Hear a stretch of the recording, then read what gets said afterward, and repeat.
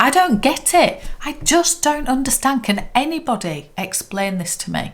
I'd be very, very, very grateful. Hi guys, welcome to another video. So they say that luxury is dead, but here are the top 20 hottest brands right now. What are they? The top 2 may be a surprise to you. And it may also be a surprise that there are 4 that aren't even in the top 20 that you might think would be. Let's get going. The news is out. Apparently, these are the hottest brands right now. And my favourite 4 are not in the list at all. So you've got Hermes, you've got Chanel, you've got Dior, you've got Louis Vuitton, and they are not in the top 20 at all. So what is going on? Is this index correct? Or how is it actually compiled? I think that might give us a clue as to why those 4 are not featured on this list. So what am I actually talking about? Well, it's the List index, and List is the big shopping platform. You'll have seen it whenever you search for anything on Google. List will come up with all these different options for you to then see where all the different items are available from, and the different pricing models and everything else. So how do they work out which are the hottest brands? Well, apparently it's a mix. So I'm going to read this out for you because I don't want to get it wrong. So List is a unique source of global fashion intelligence. The formula behind the List index takes into account List's shoppers' behaviour, including searches on and off platform, product reviews and sales. To track brand and product heat, the formula also incorporates social media mentions, activity and engagement statistics worldwide over a 3-month period. So we are talking about the quarter ended June.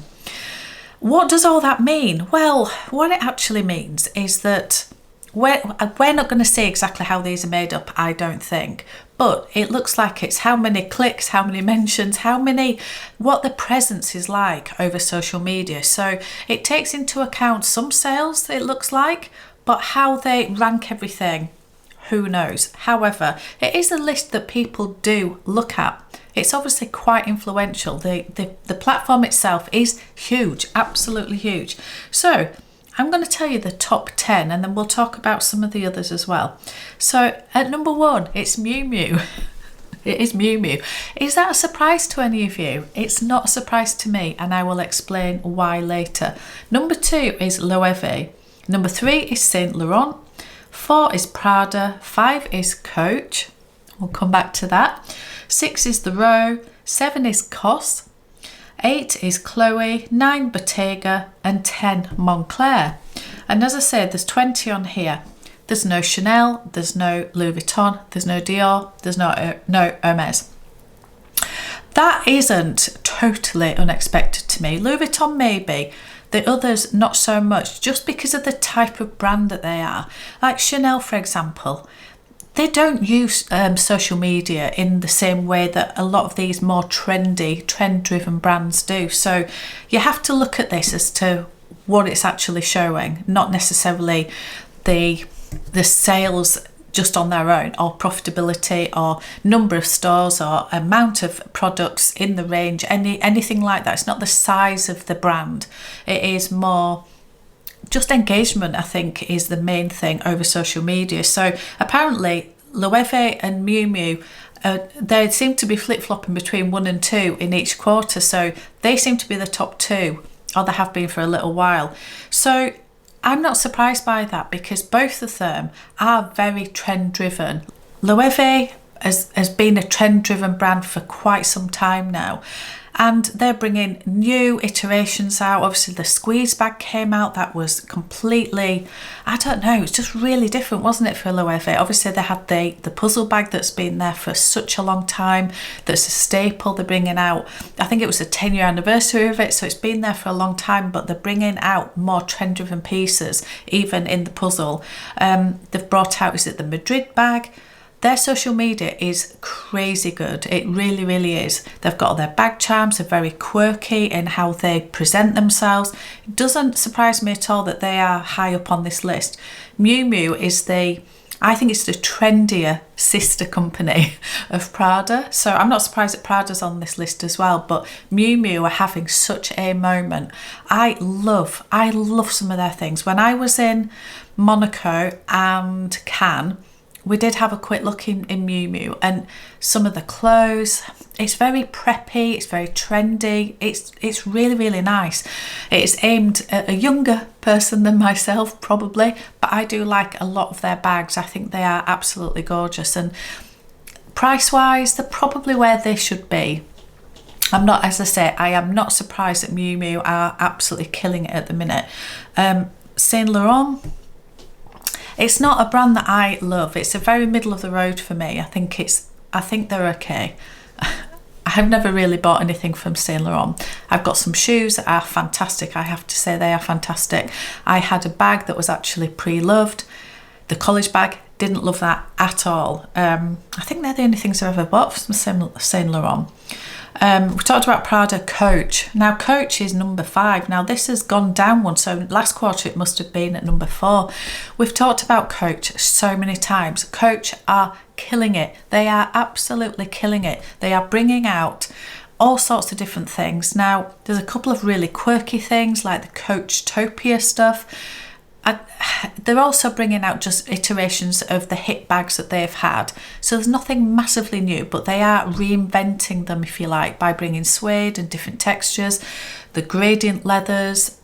There's a lot going on, and people are loving Coach. So good on you, Coach, for doing that. That's brilliant. The Row. Now I do want to talk about the Row, because this article that it's actually on List's own website, it does talk about the Row, and I'm just going to read this out.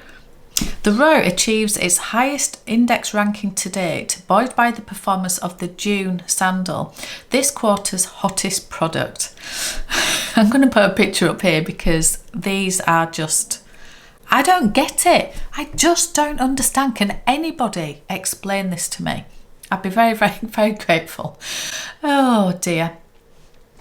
Anyway, back to the article. And a continued refinement of its stark sculptural minimalism in a season dominated by personality over polish, searches for the $690 flip-flops rose by 162%. Oh, with interest significantly rising after Jonathan Bailey stepped out in a pair during a press appearance. So I thought, what are these June sandals? I need to have a look. Well, I've had a look, and I'll put a picture up here. They're just flip-flops. They are just flip-flops. And they're $690. And people are going absolutely crazy for them. Wow. It's just literally the power of social media. Is this a TikTok thing? Where have you guys put down below if you've seen any of these anywhere? This obviously has bypassed me.